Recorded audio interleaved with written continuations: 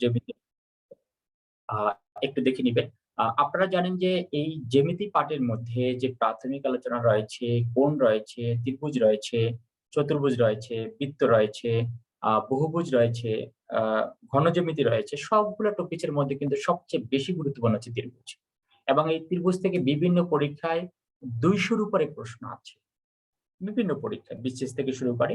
সুতরাং বিষয়টা কিন্তু খুবই গুরুত্বপূর্ণ। আমরা বিষয়টা একটু দেখার চেষ্টা করব। চলুন তাহলে আমরা সরাসরি বোর্ডে চলে যাই।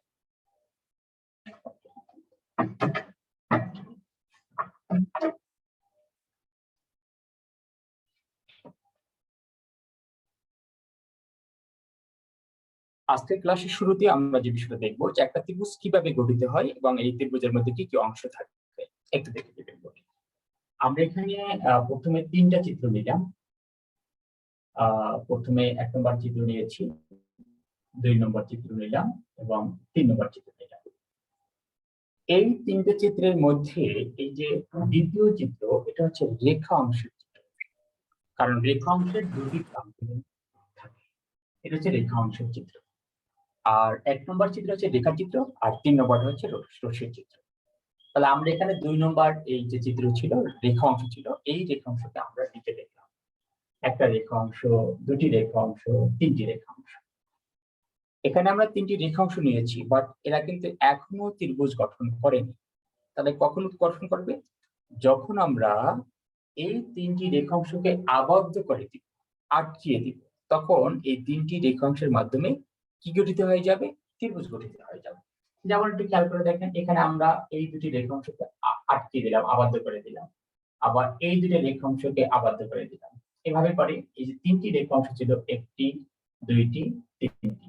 এই ৩ টি রেখাংশকে যখনই আমরা আবদ্ধ করে দিব, তখন কি পাওয়া যাবে? ত্রিভুজ পাওয়া যাবে। তাহলে আমরা বলতে পারি ৩ টি রেখাংশ দ্বারা আবদ্ধ ক্ষেত্রকে ত্রিভুজ বলে। ৩ টি রেখাংশ দ্বারা আবদ্ধ ক্ষেত্রকে ত্রিভুজ বলে।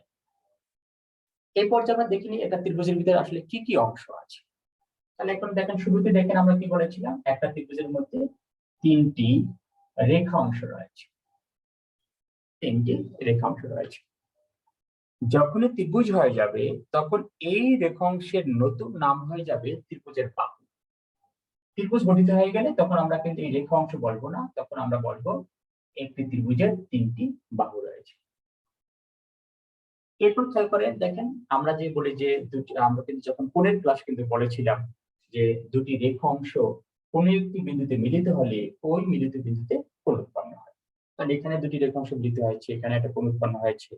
এখানে দুটি রেখা অংশ মিলিত হয়েছে, এখানে একটা কোণ উৎপন্ন হয়েছে।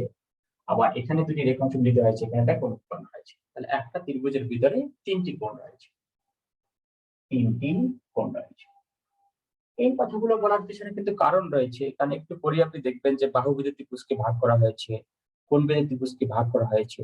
তো সেই কারণে কিন্তু আমরা এই কথাগুলোকে আগে বলে নিচ্ছি। তারপর দেখেন যে এই যে বিন্দুটা রয়েছে, একে বলা হয় কৌণিক বিন্দু। তার ৩ টি কৌণিক বিন্দু রয়েছে। কৌণিক বিন্দু রয়েছে। আবার এই কৌণিক বিন্দুকে শীর্ষবিন্দু নামেও ডাকা হয়। আমরা বলতে পারি ৩ টি শীর্ষবিন্দু রয়েছে। একটি ত্রিভুজের ৩ টি শীর্ষবিন্দু রয়েছে, ৩ টি কৌণিক বিন্দু রয়েছে। এরপরে আমরা দেখব একটা ত্রিভুজে কয়টি মধ্যমা আছে। যেকোনো ত্রিভুজে ৩ টি মধ্যমা থাকে। যেকোনো ত্রিভুজে ৩ টি মধ্যমা থাকে। তা মধ্যমার বিষয়টা কিভাবে আমরা একটু দেখে নেই, মধ্যমা পাওয়া যাবে কিভাবে? আমি মধ্যমার বিষয়টা কিন্তু আপনাদের আলাদা করে দেখাবো। যেহেতু চিত্রের প্রসঙ্গে চলে আসছে, বিধায় কিন্তু এখানে প্রথমে দেখাবো, তারপরে মধ্যমা এবং লম্ব যে ২ টা ভিন্ন বিষয়, সেটা কিন্তু আলাদা করে চিত্রে আপনাদেরকে দেখানো হবে। তো মধ্যমার বিষয়টা হচ্ছে যে যেকোনো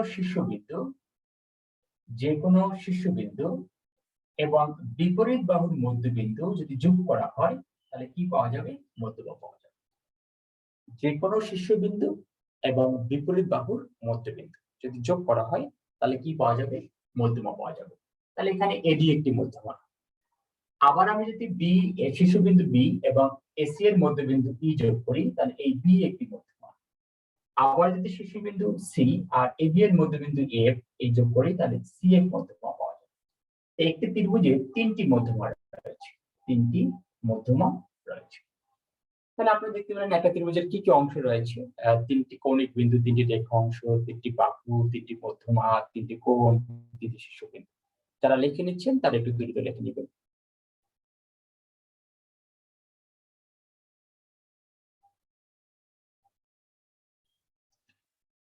যারা লিখে নিচ্ছেন তারা একটু দ্রুত লিখে নেবেন। স্যার আসসালামু আলাইকুম। ওয়ালাইকুম আসসালাম। স্যার মানে এর আগে যে সংজ্ঞাটা বললেন সেটা যদি একটু বলবেন। হ্যাঁ, অবশ্যই বলবো। সেটা হচ্ছে যে তিনটি রেখাংশ দ্বারা আবদ্ধ ক্ষেত্রকে ত্রিভুজ বলে। তিনটি রেখাংশ দ্বারা আবদ্ধ ক্ষেত্রকে ত্রিভুজ বলে। এরপরে স্টাডি লিখে রাখতে পারেন যে একটি ত্রিভুজে তিনটি কৌণিক বিন্দু, কমা তিনটি রেখাংশ, কমা তিনটি বাহু, কমা তিনটি মধ্যমা, বোর্ডে লেখা আছে তিনটি কোণ এবং তিনটি শীর্ষবিন্দু রয়েছে। এটুকু লিখে তারপরে আপনি চিত্র আঁকতে পারেন। এটুকু লেখার পরে আপনি চিত্র আঁকতে পারেন।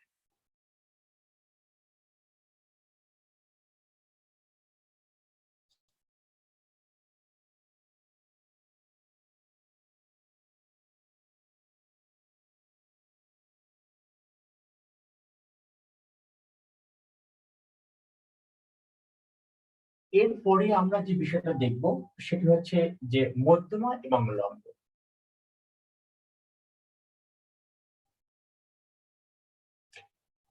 প্রথমে আমরা দেখবো হচ্ছে মধ্যমা। মধ্যমার সংজ্ঞাটা আমরা এখানে লিখে রাখবো। তারপরে আমরা দেখবো হচ্ছে লম্ব। মধ্যমার সংজ্ঞাটা আমরা একটু লিখবো, আপনারা যারা লিখে নিচ্ছেন তারা একটু লিখে এভাবে লিখে নিতে পারেন। ত্রিভুজের যে কোনো শীর্ষবিন্দু, ত্রিভুজের যে কোনো শীর্ষবিন্দু এবং বিপরীত বাহুর মধ্যবিন্দু যোগ করলে মধ্যমা পাওয়া যায়। ত্রিভুজের যে কোনো শীর্ষবিন্দু এবং বিপরীত বাহুর মধ্যবিন্দু যোগ করলে মধ্যমা পাওয়া যায়। অথবা চিত্র আঁকবে। ত্রিভুজের যে কোনো শীর্ষবিন্দু এবং বিপরীত বাহুর মধ্যবিন্দু যোগ করলে মধ্যমা পাওয়া যায়। এই মধ্যমা রিলেটেড কিন্তু অনেক প্রশ্ন আছে কিন্তু যে আপনার ত্রিভুজের ক্ষেত্রে আপনি কি একটু পরে সেই প্রশ্নগুলো পাবেন, যে দেখবেন যে তিনটে মধ্যমার যোগফল বড় না পরিসীমা বড়। সেখানে কিন্তু এই মধ্যমার বিষয়টা কিন্তু আপনারা আগে জানতে হবে। আবার দেখবেন যে ত্রিভুজের যে কোনো দুই বাহুর যোগফল এর তৃতীয় বাহুর পর অঙ্কিত মধ্যমার দ্বিগুণ অপেক্ষা বড়। এই যে মধ্যমার দ্বিগুণ অপেক্ষা বড়, সেক্ষেত্রে কিন্তু মধ্যমার বিষয়টা কিন্তু আপনারা জানতে হবে। আবার এইভাবে এর সাথে অনেকগুলো কন্ডিশন আছে যেটা মধ্যমা রিলেটেড। যেহেতু মধ্যমা রিলেটেড অনেক বিষয় আছে, সুতরাং মধ্যমা সম্পর্কে কিন্তু আমাদের খুব ভালো একটা আইডিয়া থাকতে হবে। সেজন্য আমি মধ্যমার সংজ্ঞাটা আপনাদেরকে বলে নিলাম। যে কোনো শীর্ষবিন্দু এবং বিপরীত বাহুর মধ্যবিন্দু যোগ করলে মধ্যমা পাওয়া যাবে। এরপর আমরা দেখতে হচ্ছে লম্ব। লম্বের সংজ্ঞাটা আপনারা লিখে রাখতে পারেন। লম্বের সংজ্ঞাটা এভাবে লিখবেন: ত্রিভুজের যে কোনো শীর্ষবিন্দু থেকে, ত্রিভুজের যে কোনো শীর্ষবিন্দু থেকে ভূমির উপর অঙ্কিত রেখা, ত্রিভুজের যে কোনো শীর্ষবিন্দু থেকে ভূমির উপর অঙ্কিত রেখা যদি ভূমির সাথে 90 ডিগ্রি কোণ উৎপন্ন করে, যদি ভূমির সাথে 90 ডিগ্রি কোণ উৎপন্ন করে, তাহলে ওই রেখাংশকে ত্রিভুজের লম্ব বা উচ্চতা বলা হবে।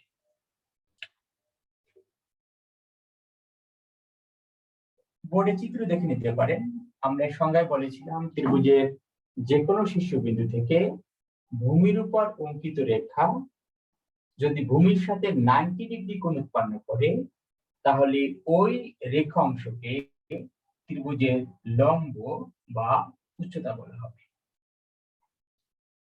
আমরা দেখতে পাচ্ছি এখানে এডি রেখা অংশ ভূমির সাথে 90 ডিগ্রি কোণ উৎপন্ন করেছে এই কারণে এই এডিকে বলা হবে ত্রিভুজের লম্ব বা উচ্চতা। একবার কিন্তু এরকম প্রশ্ন আছে, ত্রিভুজের শীর্ষবিন্দু থেকে ভূমির উপর অঙ্কিত লম্বকে কি বলা হবে? ত্রিভুজের শীর্ষবিন্দু থেকে ভূমির উপর অঙ্কিত লম্বকে কি বলা হবে? তখন লম্বকে বলা হবে উচ্চতা বলা হবে, কারণ এখানে দুই নামেই একে ডাকা যায়, উচ্চতা নামেও ডাকা যায়, লম্ব নামেও কিন্তু ডাকা যায়। এই প্রশ্নটা কিন্তু পরীক্ষা ছিল, তো আমরা এখানে দেখে নিলাম লম্ব বা উচ্চতা। এখন আপনার প্রশ্ন হতে পারে যে আসলে লম্ব এবং মধ্যমা কি এক বিষয় কিনা, এবং চিত্রের ভিতরে এক জায়গায় পাওয়া যেতে পারে কিনা বা ভিন্ন জায়গায় পাওয়া যাবে কিনা, এরকম প্রশ্ন। সেই কনফিউশনের জায়গাটা আপনাদেরকে একটু দূর করে দিচ্ছি, যে একই চিত্রে লম্ব প্লাস হচ্ছে মধ্যমা, একটু দেখে নিব। একই চিত্রে লম্ব প্লাস মধ্যমা, আমরা একটা ত্রিভুজ দিলাম। এই ত্রিভুজের মধ্যে আমরা প্রথমে মধ্যমা, তারপর লম্ব। প্রথম কোণটা দেখে নিন, এখানে আমরা শীর্ষবিন্দু এ নিয়েছি, মধ্যমা আঁকার জন্য প্রথমে শীর্ষবিন্দু এবং অপোজিট বাহুর মধ্যবিন্দু নিই। অপোজিট বাহুর মধ্যবিন্দু নিই, তা অপোজিট বাহু হচ্ছে বিসি, এর মধ্যবিন্দু আমরা এখানে নিলাম হচ্ছে ডি। তাহলে এই এ এবং ডি যোগ করলে পাওয়া যাবে হচ্ছে মধ্যমা। তা আমরা কিন্তু শীর্ষবিন্দু এ থেকে মধ্যমা নিয়ে ফেললাম। এরপর যাই শীর্ষবিন্দু এ থেকে আমরা লম্ব নিব। লম্ব নেওয়ার ক্ষেত্রে কিন্তু এই এদিকে লম্ব বলা যাবে না। কেন যাবে না? কারণ এই এডি কিন্তু ভূমির সাথে 90 ডিগ্রি কোণ উৎপন্ন করেনি। যেহেতু এডি ভূমির সাথে 90 ডিগ্রি কোণ উৎপন্ন করেনি, এই জন্য এডিকে লম্ব বলা যাবে না। তো লম্ব আঁকার জন্য আমরা এখানে এ ই একটি রেখা অংশ নিলাম, যে রেখা অংশ ভূমির সাথে 90 ডিগ্রি কোণ উৎপন্ন করেছে, এই জন্য এই এই কে বলা হবে লম্ব। তো আপনি স্ক্রিনে দেখতে পাচ্ছেন যে লম্ব এবং যে মধ্যমা কিন্তু ভিন্ন বিষয়। তবে কিছু কিছু চিত্রের ক্ষেত্রে আপনি দেখবেন যে লম্ব এবং মধ্যমা একই জায়গা থেকে চলে যায়। আমি আবার একটু বলছি, কিছু কিছু চিত্রে আপনি দেখবেন লম্ব এবং মধ্যমা একই জায়গা থেকে চলে যায়, কিন্তু একই জায়গা থেকে চলে গেলেও তারা কিন্তু এক বিষয় নয়, তারা কিন্তু ভিন্ন বিষয়। তারা কিন্তু এক বিষয় নয়, ভিন্ন বিষয়। সেই বিষয়টা কিন্তু আমরা এখানে দেখবো, যে আসলে সমবাহু ত্রিভুজ, আমরা এখানে একটা ত্রিভুজ এঁকেছি, সেই ত্রিভুজটা সমবাহু ত্রিভুজ। আপনারা জানেন যে সমবাহু ত্রিভুজ হচ্ছে যে ত্রিভুজের তিনটি বাহুর দৈর্ঘ্য পরস্পর সমান, তাকে বলা হবে সমবাহু ত্রিভুজ। এই সমবাহু ত্রিভুজে আমরা প্রথমে মধ্যমা আঁকবো। মধ্যমা নিয়ম অনুসারে শীর্ষবিন্দু নিলাম, আর অপোজিট বাহুর মধ্যবিন্দু নিলাম, অতঃপর এ এবং ডি যোগ করলাম, তাহলে এই এদিকে আমরা বললাম কি মধ্যমা বললাম, মধ্যমা। আবার আপনি যদি লম্ব আঁকেন, সেক্ষেত্রে আপনি দেখবেন যে এই একই জায়গা থেকে রেখাটা চলে যায়, একই জায়গা থেকে, যেখানে এই এডি রেখা অংশ ভূমির সাথে 90 ডিগ্রি কোণ উৎপন্ন করেছে, তাহলে এই এদিকেই আমরা কিন্তু আবার বলেছি লম্ব।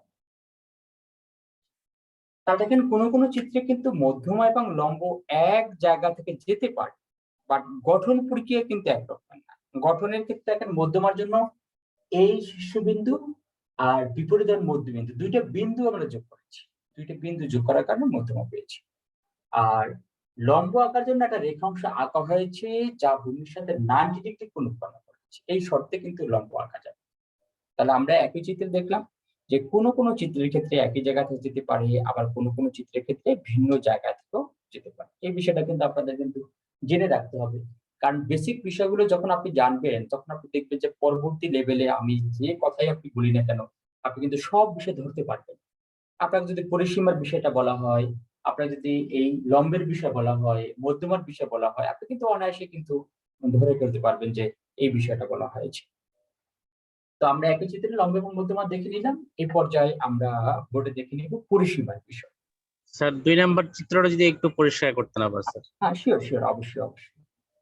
2 নম্বরে বলা হয়েছে কিছু কিছু ত্রিভুজের ক্ষেত্রে মধ্যমা এবং লম্ব একই জায়গা থেকে যেতে পারে, যেমন সমবাহু ত্রিভুজ। সমবাহু ত্রিভুজ হচ্ছে সেই ধরনের ত্রিভুজ যার তিনটি বাহুর দৈর্ঘ্য সমান। তাহলে আমরা প্রথম সমবাহু ত্রিভুজ নিলাম, তিনটি বাহুর এবি এর দৈর্ঘ্য, বিসি এর দৈর্ঘ্য, এসি এর দৈর্ঘ্য সমান। এভাবে করে একটা ত্রিভুজ আঁকলাম। আঁকার পরে এই ত্রিভুজের মধ্যে আমি প্রথমে লম্ব নিব, তারপরে মধ্যমা নিব। নেয়ার পরে আমি দেখব এরা কি ভিন্ন জায়গা থেকে চলে গেছে না এক জায়গা থেকে চলে গেছে। তাহলে আমি প্রথমে মধ্যমা নিলাম, এ বিন্দু আর বিপরীতভাবে মধ্যবিন্দু যোগ করলাম, এডি পেলাম। দেখলাম যে এডি হচ্ছে মধ্যমা। এরপর আমার লম্ব আঁকলাম। লম্ব আঁকার ক্ষেত্রেও যে এই রেখা অংশ, এই একই জায়গা থেকে রেখা অংশ কিন্তু চলে যাবে যা ভূমির সাথে 90 ডিগ্রি কোণ উৎপন্ন করেছে। সেখানে কিন্তু দেখা যায় এই এডি কিন্তু লম্ব হিসেবে কাজ করেছে। তাহলে সমবাহু ত্রিভুজের যেটি মধ্যমা সেটি কিন্তু লম্ব।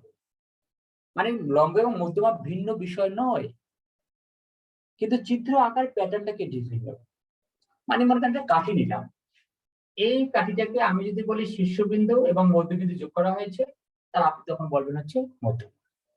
আপনি যখন বলবেন যে এই কাঠিটি ভূমির সাথে 90 ডিগ্রি কোণ উৎপন্ন করেছে, তখন আপনি বলবেন এটাকে বলবেন লম্ব।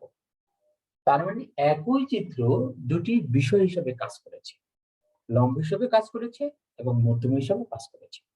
পরীক্ষায় যদি চলে আসি কখনো যে সমবাহু ত্রিভুজের লম্ব এবং মধ্যমা কি ভিন্ন বিষয় না একই বিষয়, তখন আপনি বলবেন যে একই বিষয়। এখন ক্লিয়ার কিনা? জি স্যার। আচ্ছা, ঠিক আছে, ধন্যবাদ। এরপর যে আমরা দেখব একটা ত্রিভুজের পরিসীমা কোনটিকে বলা হয় এবং ক্ষেত্রফল কোনটিকে বলা হয়। তাহলে প্রথমে আমরা দেখে নেব পরিসীমা এবং পরবর্তীতে দেখে নেব হচ্ছে ক্ষেত্রফল। আমরা এখানে একটি ত্রিভুজ নিলাম, এবিসি ত্রিভুজ। আপনারা জানেন যে কোনো ত্রিভুজের 3টি বাহু থাকে। যে কোনো ত্রিভুজে কয়টি বাহু থাকে? 3টি বাহু। আমি যদি সবগুলো বাহুকে যোগ করে দেই, যেমন এখানে যদি আমি এবি যোগ হচ্ছে বিসি যোগ হচ্ছে সিএ, এই 3টি বাহু যদি যোগ করা হয় তাহলেই পাওয়া যাবে ত্রিভুজের পরিসীমা। পরিসীমা মানে হচ্ছে কিন্তু শুধু বাউন্ডারি, এই বাউন্ডারি গুলোর যোগফল। যেমন মনে করেন আমরা যখন বৃত্তের পরিধি বা পরিসীমা বের করি তখন আমরা কি কাজ করি? যেমন দেখেন এখানে মনে করেন এটা বৃত্তাকার মাঠ, এটা হচ্ছে একটা বৃত্তাকার মাঠ। এই মাঠে দড়ি দ্বারা বাউন্ডারি দেওয়া হয়েছে, দড়ি দ্বারা বাউন্ডারি দেওয়া হয়েছে। তা এই যে দড়ি, আমি কিন্তু ইচ্ছা করলে কিন্তু এই দড়িটিকে এখান থেকে কেটে ফেলতে পারি, কেটে ফেলে এটাকে সোজা করতে পারি। দড়িটাকে কেটে ফেলে সোজা করে দিলাম। তা এই যে দড়ির দৈর্ঘ্য, এই দড়ির দৈর্ঘ্যটাই হচ্ছে কিন্তু বৃত্তের পরিধি বা পরিসীমা। পরিধি বা পরিসীমা। তাহলে এই শুধুমাত্র কিন্তু বাউন্ডারি যেটা, সেটা কিন্তু পরিধি বা পরিসীমা। কিন্তু ভিতরে যে ঘাস রয়েছে, এই মাঠ রয়েছে, ঘাস রয়েছে, এটা কিন্তু বলা হবে ক্ষেত্রফল। তার মানে পরিধি দ্বারা যে আবদ্ধ অংশ রয়েছে, পরিধি দ্বারা যেটুকু জায়গা বেষ্টনী করে আছে বা আবদ্ধ করে আছে, সেই আবদ্ধ জায়গাটাকে বলা হবে এর ক্ষেত্রফল। আর চারপাশে যে বাউন্ডারি সেটাকে বলা হবে এর পরিসীমা। এর পরিসীমা। তার মানে আমরা ত্রিভুজের ক্ষেত্রে যে কাজটা আমরা দেখবো সেটা হচ্ছে যে এই যে চারদিকে যে আমরা কাঠি দিয়েছি, মনে করেন এবি একটি কাঠি, বিসি একটি কাঠি, এসি একটি কাঠি। এবি কাঠির দৈর্ঘ্য হচ্ছে 5 সেন্টিমিটার, বিসি এসি হচ্ছে 7 সেন্টিমিটার, বিসি হচ্ছে 8 সেন্টিমিটার। যখন আমি এই কাঠিগুলোর সবগুলোর দৈর্ঘ্যকে যোগ করি, যেমন 5 সেন্টিমিটার যোগ 7 সেন্টিমিটার যোগ 8 সেন্টিমিটার, এই সবগুলোকে যখন একত্রে যোগ করে দিব তখনই কিন্তু এর পরিসীমা পেয়ে যাবে। আর যদি এই যে কাঠিগুলো দ্বারা আবদ্ধ যে ভিতরের অংশ রয়েছে, এই ভিতরের অংশকে বলা হবে কিন্তু এর ক্ষেত্রফল। তাহলে আপনারা যারা লিখে দিচ্ছেন তারা একটু লিখে নিতে পারেন যে পরিসীমা দিয়ে লিখবেন ত্রিভুজের 3টি বাহুর যোগফলকে, ত্রিভুজের 3টি বাহুর যোগফলকে ত্রিভুজের পরিসীমা বলে। ত্রিভুজের 3টি বাহুর যোগফলকে ত্রিভুজের পরিসীমা বলে।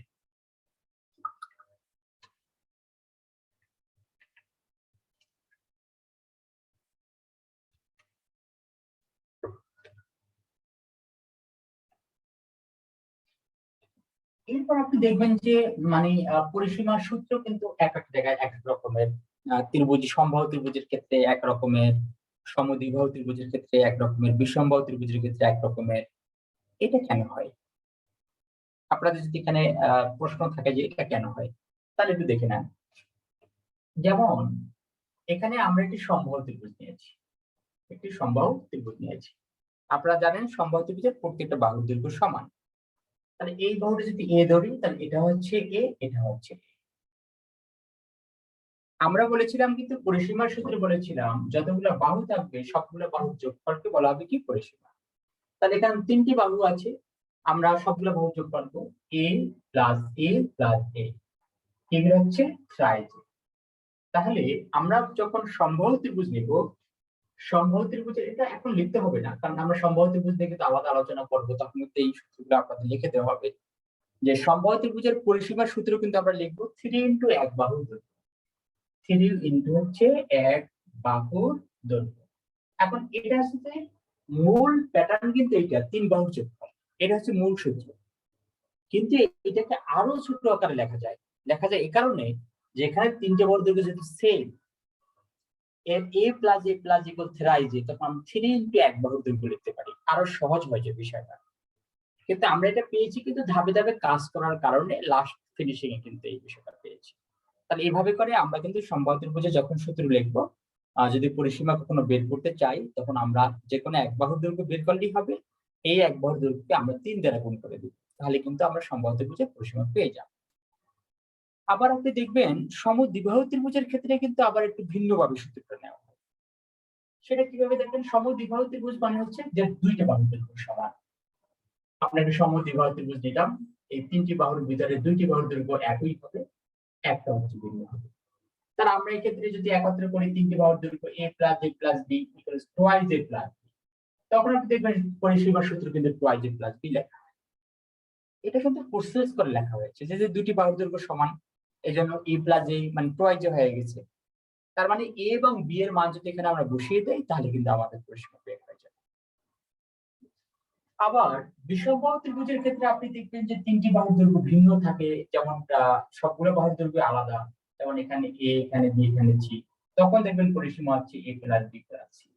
এই জন্য দেখবেন যে এক এক জায়গায় এক এক রকমের, যে কোথাও থ্রাইজ a, কোথাও টুয়াইজ a প্লাস b, কোথাও a plus b plus c, মানে এভাবে থাকে। কিন্তু এটা কিন্তু আপনার বিভ্রান্ত হওয়ার কোনো কারণ নাই, কারণ এটা হচ্ছে যে মূল প্যাটার্ন ঠিক রেখে বাহু, মানে যে ত্রিভুজের বাহু যে রকমের সেটার উপর ডিপেন্ড করে কিন্তু এটা রাখা হয়। তারপর আপনার ক্ষেত্রফলের বিষয়টা লিখে রাখেন, ক্ষেত্রফল হচ্ছে লিখে রাখেন, একটু সুবিধা হবে। ক্ষেত্রফল দিয়ে লিখবেন যে ত্রিভুজের পরিসীমা দ্বারা, ত্রিভুজের পরিসীমা দ্বারা, ত্রিভুজের পরিসীমা দ্বারা আবদ্ধ অঞ্চলকে, ত্রিভুজের পরিসীমা দ্বারা আবদ্ধ অঞ্চলকে এর ক্ষেত্রফল বলে। ত্রিভুজের পরিসীমা দ্বারা আবদ্ধ অঞ্চলকে এর ক্ষেত্রফল বলে। তাহলে এটা ছিল হচ্ছে পরিসীমা, ছিল এটা ছিল হচ্ছে পরিসীমা। এই পরিসীমা দ্বারা আবদ্ধ যে অঞ্চল, এই ভিতরে যে আমি ডট ডট দিয়েছি, এটা হচ্ছে আবদ্ধ অঞ্চল। এই আবদ্ধ অঞ্চলকে বলা হবে এর ক্ষেত্রফল। এর আবদ্ধ অঞ্চলকে বলা হবে কি? এর ক্ষেত্রফল বলা হবে। তার একটা ত্রিভুজের পরিসীমা দ্বারা আবদ্ধ অঞ্চলকে এর ক্ষেত্রফল বলা হবে। এখন ত্রিভুজের ক্ষেত্রফলের যে সূত্রগুলো রয়েছে, আমরা সেটাও আজকের ক্লাসে কিন্তু আলোচনা করা হবে। যে ক্ষেত্রফল কিন্তু বিভিন্ন ভাবে কিন্তু বের করা যেতে পারে। কখনো দেখবেন যে হাফ ইন্টু ভূমি ইন্টু উচ্চতার মাধ্যমে ক্ষেত্রফল বের করা হয়ে থাকে, কখনো দেখবেন √3/4a² এর মাধ্যমে বের করা হয়ে থাকে, কখনো b/4√4a² - b² এর মাধ্যমে বের করা হয়ে থাকে, কখনো √s * s - s - c এর মাধ্যমে বের করা হয়ে থাকে, কখনো হাফ ইন্টু ab sin θ এর মাধ্যমে বের করা হয়ে থাকে, কখনো হাফ ইন্টু সমকোণ সংলগ্ন বাহুর মাধ্যমে বের করা হয়ে থাকে। এই যে ভিন্ন ভিন্ন বিষয়গুলো রয়েছে, আমরা কিন্তু সেগুলো কিন্তু আপনাদের দেখাবো, এবং ভিন্ন ভিন্ন সূত্র কেন ইউজ করা হয়, কেন আমরা ব্যবহার করি, সে বিষয়টা কিন্তু আপনাদের কিন্তু কারণটা ক্লাসে করবো। কারণ আমরা যদি এই বিষয়টা না জানি, সেক্ষেত্রে কিন্তু আমাদের কিন্তু পরবর্তী ঝামেলায় পড়তে হয় যে একটা সূত্রের মাধ্যমে কেন করতে পারলাম না বা কেন হবে না, এর লজিকটা কিন্তু আমি আপনাদেরকে দেখাবো ক্লাসে। তো ইতিমধ্যে কিন্তু আমরা একটা ত্রিভুজের সংজ্ঞা জেনেছি, ত্রিভুজের যে একটা অংশের ভিতরে কি কি অংশ থাকে সে বিষয়টা আমরা দেখিয়েছি। তারপরে মধ্যমা নিয়ে কথা বলা হয়েছে, লম্ব নিয়ে কথা বলা হয়েছে, পরিসীমা, ক্ষেত্রফল নিয়ে কথা বলা হয়েছে। তো এই পর্যায়ে আপনারা যেটা লিখে নেবেন সেটি হচ্ছে বাহুবেদে ত্রিভুজ। বাহুবেদে ত্রিভুজ। বাহুবেদে ত্রিভুজ এই চেষ্টা দিয়ে লিখে রাখেন। বাহুবেদে ত্রিভুজ তিন প্রকার। বাহুবেদে ত্রিভুজ তিন প্রকার। বাহুবেদে ত্রিভুজ তিন প্রকার। রোমান সংখ্যায় 1 দিয়ে লিখবেন সমবাহু ত্রিভুজ। সমবাহু ত্রিভুজ। 2 নম্বর দিয়ে লিখবেন সমদ্বিবাহু ত্রিভুজ। 3 নম্বর দিয়ে লিখবেন বিষমবাহু ত্রিভুজ। বিষমবাহু ত্রিভুজ। সমবাহু ত্রিভুজ, সমদ্বিবাহু ত্রিভুজ এবং হচ্ছে বিষমবাহু ত্রিভুজ। বাহুবেদে ত্রিভুজ তিন প্রকার। 1 নম্বর দিয়ে লিখবেন সমবাহু ত্রিভুজ, 2 নম্বর হচ্ছে সমদ্বিবাহু ত্রিভুজ, 3 নম্বর হচ্ছে বিষমবাহু ত্রিভুজ। এরপর নিচে স্টাইল লিখবেন কোণ বেদে ত্রিভুজ। কোণ বেদে ত্রিভুজ। এটাতে লিখবেন কোণ বেদে ত্রিভুজ তিন প্রকার। কোণ বেদে ত্রিভুজ তিন প্রকার। 1 নম্বর লিখবেন সমকোণী ত্রিভুজ। 2 নম্বর লিখবেন সূক্ষ্মকোণী ত্রিভুজ। সূক্ষ্মকোণী ত্রিভুজ। আর 3 নম্বর হচ্ছে স্থূলকোণী ত্রিভুজ। কোণ বেদে ত্রিভুজ তিন প্রকার। সমকোণী ত্রিভুজ, সূক্ষ্মকোণী ত্রিভুজ এবং হচ্ছে স্থূলকোণী ত্রিভুজ।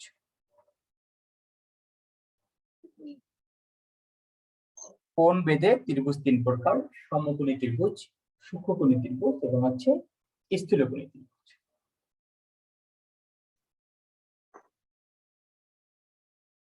আশা রাখি আপনাদের সবার লেখা হয়েছে। লেখা হওয়ার পরে এরপর একটু বোর্ডে খেয়াল করবেন। আমরা এখানে মোট 6 ধরনের ত্রিভুজের কথা কিন্তু এখানে বলেছি। একটু দেখেন সমবাহু ত্রিভুজ মানে হচ্ছে যার 3টি বাহুর দৈর্ঘ্য সমান, মানে যে 3টি বাহু থাকবে সবগুলো বাহু এক।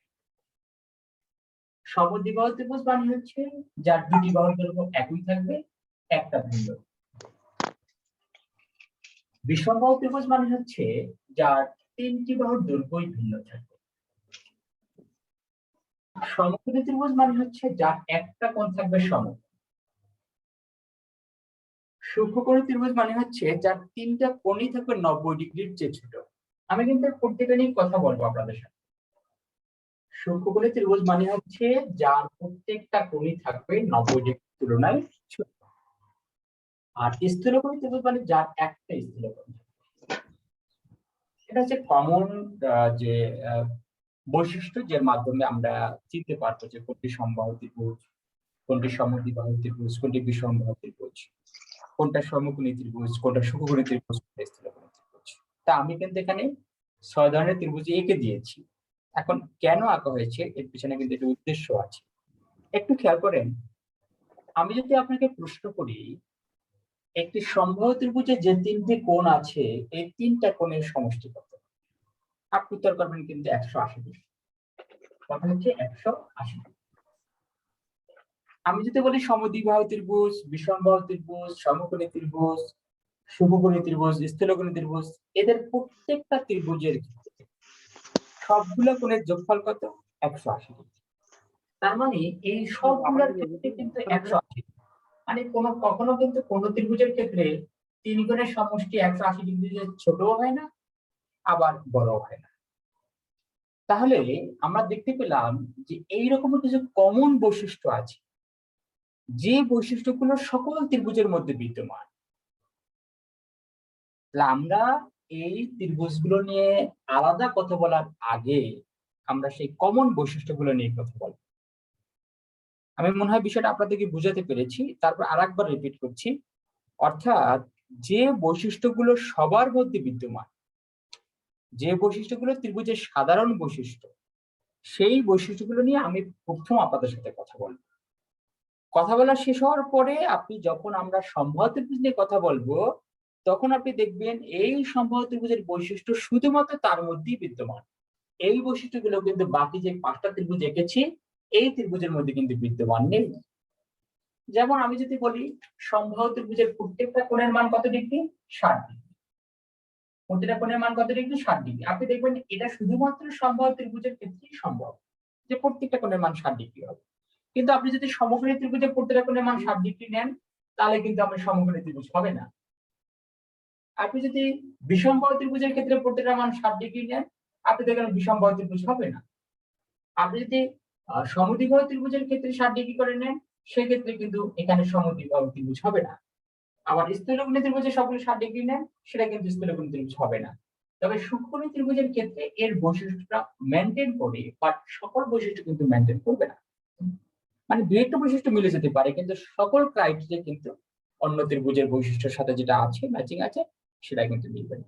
এই জন্য আমরা প্রথমে কমন বৈশিষ্ট্যগুলো নিয়ে কথা বলবো, তারপরে কিন্তু ইন্ডিভিজুয়ালি আপনারা সমবাহু ত্রিভুজ নিয়ে কথা বলা হবে, সমদ্বিবাহু ত্রিভুজ নিয়ে কথা বলা হবে, বিষমবাহু ত্রিভুজ নিয়ে কথা বলা হবে, এভাবে করে সকল ত্রিভুজ নিয়ে কিন্তু আমরা কথা বলবো। তবে আপনাদের গুরুত্বের দিক থেকে এই যে আমরা 6টা ত্রিভুজ এঁকেছি তার ভিতরে সবচেয়ে বেশি প্রশ্ন আছে কিন্তু এই সমদ্বিবাহু ত্রিভুজ থেকে। সমদ্বিবাহু ত্রিভুজ থেকে বেশি প্রশ্ন আছে, এরপর আছে সমকোণী ত্রিভুজ থেকে আছে, তারপরে সমবাহু ত্রিভুজ থেকে আছে। এটি গুরুত্বের দিক থেকে আমি 6টা ত্রিভুজের ক্ষেত্রে সবচেয়ে বেশি গুরুত্ব সমদ্বিবাহু ত্রিভুজ, তারপরে সমকোণী ত্রিভুজ, তারপর হচ্ছে সমবাহু ত্রিভুজ, আর বাকি যে 3টা থাকে এর ভিতরে সবচেয়ে লেস ইম্পর্টেন্ট হচ্ছে শুভকোণী ত্রিভুজ, তারপর লেস ইম্পর্টেন্ট স্থূলকোণী ত্রিভুজ, এরপর আছে বিষমবাহু ত্রিভুজ। এভাবে করে গুরুত্বের দিক থেকে আমরা বিচার করি এবং এখান থেকে বিভিন্ন পরীক্ষা মাত্র হাতে গোনা 4-5টা প্রশ্ন আছে স্থূলকোণী থেকে, শুভকোণী থেকে, আর বিষমবাহু ত্রিভুজ থেকে 10 থেকে 12টা প্রশ্ন আছে, আর সমকোণী ত্রিভুজ থেকে, সমদ্বিবাহু ত্রিভুজ থেকে অনেক প্রশ্ন আছে। সব মিলিয়ে 200-র উপরে কিন্তু প্রশ্ন কিন্তু আমাদের ত্রিভুজ থেকে আছে। আপনাদের এই 6 ধরনের ত্রিভুজ নিয়ে আমরা কথা বলবো। কথা বলার পরে শেষ দিকে আমরা ত্রিভুজের কেন্দ্র যে রয়েছে, অন্তঃকেন্দ্র, পরিকেন্দ্র, ভরকেন্দ্র, লম্ববিন্দু, সেই বিষয়গুলো কিন্তু এই ত্রিভুজের ক্লাস আলোচনার মধ্যে আছে। তারপরে ত্রিভুজের সাদৃশ মানে সর্বসমতার যে বিষয়টা, যে একটা ত্রিভুজ আরেকটা ত্রিভুজ কখন সর্বসম হবে, সাদৃশ্য হবে, সদৃশ্য কোণই হবে, সে বিষয়টা কিন্তু এখানে এর মধ্যে অন্তর্ভুক্ত আছে। তারপর রয়েছে একটা ত্রিভুজ কখন আঁকা যাবে, কি কি ইনস্ট্রুমেন্ট দেওয়া থাকে ত্রিভুজ আঁকা যাবে সেই শর্তগুলো আমাদের কিন্তু জানতে হবে। আবার একটা ত্রিভুজ কখন আঁকা যাবে না সেই শর্তটা কিন্তু আমাদের অন্তর্ভুক্ত আছে। এই বিষয়গুলো কিন্তু এই ক্লাসের মধ্যে কিন্তু আলোচনা হবে। তো চলুন আমরা তাহলে দেখে নেই এই পর্যায়ে হেডলাইন দিবেন ত্রিভুজের সাধারণ বৈশিষ্ট্য। ত্রিভুজের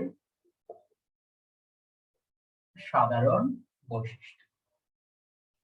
সাধারণ বৈশিষ্ট্য দ্বারা বোঝানো হয়েছে যে বৈশিষ্ট্যগুলো সব ত্রিভুজের মধ্যে বিদ্যমান থাকে। ত্রিভুজের সাধারণ বৈশিষ্ট্য।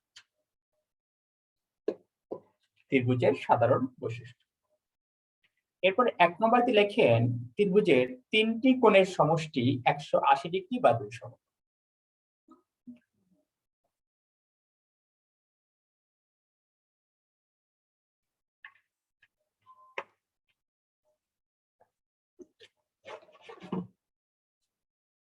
একটু লিখে নেবেন ত্রিভুজের 3টি কোণের সমষ্টি 180 ডিগ্রি বা 2 সমকোণ। এটা কিন্তু পরীক্ষা আছে যে ত্রিভুজের 3 কোণের সমষ্টি কত। উত্তর হচ্ছে 180 ডিগ্রি। চিত্রে অথবা চিত্র আঁকবেন। চিত্রে কোণ এ কোণ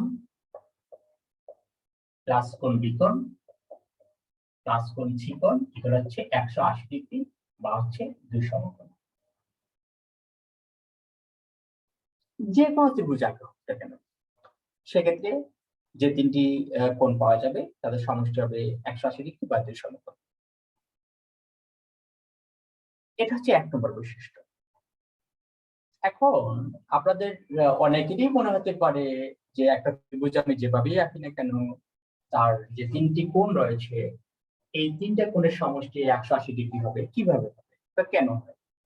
আপনারা জানেন যে আমাদের কিন্তু এখানে আমরা যে কথাগুলো বলি প্রত্যেকটা কথারই কিন্তু লজিক রয়েছে, প্রত্যেকটা কথারই কিন্তু ব্যাখ্যা রয়েছে, প্রত্যেকটা কথারই কিন্তু সত্যিকার ভিত্তি আছে, প্রমাণ আছে। কিন্তু আমি এই প্রমাণগুলোর জন্য যে সবগুলো প্রমাণ হয়তো ক্লাসে দেখানো যাবে না সময়ের অভাবে, উচিত হচ্ছে সবগুলো দেখানো, কিন্তু সেই সময় আমরা পাই না বিধায় কিন্তু আমরা ক্লাসে সে প্রমাণটা দেখাতে পারি না।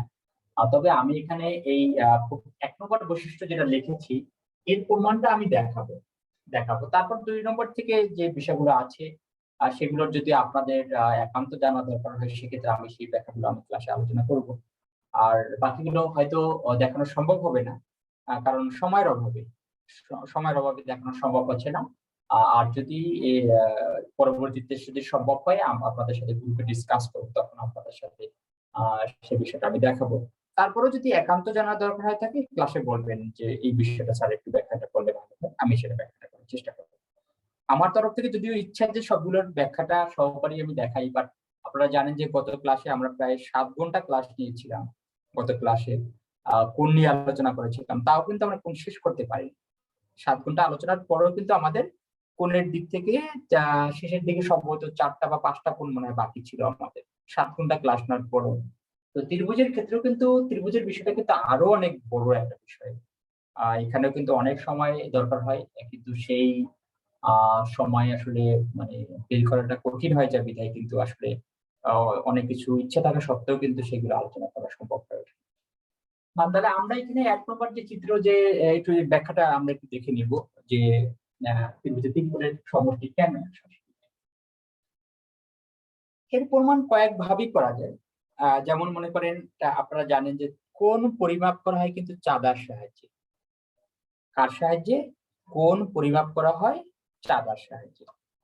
তো আমরা কিন্তু চাঁদার সাহায্যে কিন্তু 3টে কোণ মেপে আমরা চাঁদার সাহায্যে আমি 3টে কোণ মাপ, যেমন কোণ এ কোণের মাপ নিলাম কত ডিগ্রি সেটা এখানে দেখলাম, কোণ বি কোণের মাপ কত ডিগ্রি সেটা দেখলাম, কোণ সি এর মান কত ডিগ্রি সেটা দেখলাম। চাঁদা আপনারা জানেন যে এখানে এভাবে যে চাঁদাটার মাধ্যমে মাপটা যে নিতে হয় সেটা কিভাবে নিতে হয়, এখানে 90 ডিগ্রি থাকে, এখানে 0 ডিগ্রি থাকে, এভাবে করে 180 ডিগ্রি পর্যন্ত থাকে। তো আমি যখন এখানে বি কোণের মাপ নিব তখন এই যে সেন্টার, এই সেন্টারটাকে আমি সি বিন্দুতে ধরবো। এই সি বিন্দুতে এই সেন্টারটা থাকে, মানে আমার চাঁদার এই যে বিন্দুটা ধরে নিলাম, এখানে চাঁদাটা স্থাপন করলাম, এই সেন্টার কিন্তু এখানে রাখলাম, এই চাঁদাটা এখানে রাখা হয়েছে। রাখার পরে তারপরে কিন্তু এখানে দেখবেন যে এখানে 2 দিকেই থাকে কিন্তু এরকমের যে এই 0 ডিগ্রি থেকে 180 ডিগ্রি, এখানে 0 ডিগ্রি এখানে 180 ডিগ্রি ভাবে থাকে, 2 দিকেই থাকে। তো এইভাবে আপনি যখন কাউন্ট করবেন এখানে কিন্তু 0 ডিগ্রি আছে, যে এখানে 5 ডিগ্রি, 10 ডিগ্রি, 15, 20, 25, 30, মনে করেন এখানে 30 ডিগ্রি পর্যন্ত এসে থেমে গেছে। কারণ আমার তো এই বিচিত্র তো এই পর্যন্ত। তো আমি দেখলাম এই যে বি কোণের মান হচ্ছে 30 ডিগ্রি। এইভাবে করে আমি যখন এ বিন্দুতে সেট করব, এ বিন্দুতে চাঁদা ধরবো, তখন এই রেখাটাকে আমি সরলরেখার বাড়ালাম, তারপরে এই চাঁদাটা এইভাবে ধরলাম। ধরার পরে এই যে থেকে এখানে 0 ডিগ্রি, এখান থেকে আমি শুরু করলাম এই পর্যন্ত নিয়ে আসলাম, দেখবো যে এখানে মোট কত ডিগ্রি হয়, সেই মানটা আমি এখানে দেখলাম। আবার এখানেও বিন্দুতে চাঁদাটা সেট করে দিলাম, এইভাবে করে সেট করার পরে আমি এখানে দেখলাম যে এখানে মোট কত ডিগ্রি হয় এখানে। তা আপনি দেখবেন 3টা যে কোণ থাকবে, এই 3টা কোণকে যদি একাত্র করা হয় তাহলে পাওয়া যাবে হচ্ছে 180 ডিগ্রি। তাহলে এভাবে করে চাঁদার সাহায্যে কিন্তু আমরা অনায়াসেই কিন্তু বের করতে পারি একটা ত্রিভুজের 3 কোণের সমষ্টি হচ্ছে 180। এরপর যদি চান যে না আমি এভাবে বের করবো না, আমার চাঁদা মানে আমার কাছে চাঁদা নাই, আমি চাঁদার সাহায্যে ছাড়াই এখানে ত্রিভুজের 3 কোণের সমষ্টি 180 ডিগ্রি বের করতে চাই, সেক্ষেত্রে আপনি যে কাজটা কিভাবে করবেন? এ বি সি, এই ত্রিভুজের 3 কোণের সমষ্টি 180 ডিগ্রি, এটা বের করার জন্য আপনি প্রথমে মনে করেন এখানে এখানে দেখেন এই একটা কোণ, কিন্তু এই একটা কোণ, এই একটা কোণ। তা আপনি এই কোণের এটাকে সেন্টার ধরবেন, এটাকে সেন্টার ধরে আপনি এই 3টে কোণকে এই বিন্দুতে নিয়ে আসবেন। যেমন মনে করেন আমি কাজ করলাম কি, প্রথমে এই রেখাটাকে বাড়াবার পরে এই একটা কোণ কিন্তু আমি এখানে আছে, এই কোণটাকে এখানে রেখে দিলাম। আর এই যে এই কোণের যেটুকু মাপ, এই মাপটুকু আমি এখানে নিলাম, মানে এই কোণটা সমান করে এখানে আমি এই এখানে যেটুকু কোণ আছে এই কোণের সমান করে আমি এই কোণটাকে এখানে নিয়ে আসলাম। এই যে কোণ, এই যে স্টার দেওয়া, এই কোণটা এখানে নিয়ে আসলাম। এরপর যে এই যে কোণ আছে এই কোণের যেটুকু মাপ সেই কোণটাকে আমি এখানে নিয়ে আসলাম। এই যে কোণটা, এইটা হচ্ছে আমরা এভাবে দাগ দিলাম। আমরা এই কোণটাকে আমরা এখানে নিয়ে আসলাম। আপনি দেখবেন তখন এই তিনটা কোণ মিলে কিন্তু এইরকম একটা গঠন হয়েছে, এইরকম। এখন আমরা জানি যে এটা কিন্তু একটা সরল কোণ, এভাবে এক জায়গায় আসা মানে সরল কোণ হয়ে যাবে, আর সরল কোণের পরিমাণ হচ্ছে কিন্তু 180 ডিগ্রি। আমরা কিন্তু এভাবেও দেখাতে পারি যে একটা ত্রিভুজের তিন কোণের সমষ্টি হচ্ছে 180 ডিগ্রি। এরপরে আমাদের যে নবম দশম শ্রেণীর যে বই আছে, এটা হচ্ছে মূল প্রমাণ। নবম দশম শ্রেণীর যে বই আছে সেখানে উপপাদ্য 15 আছে।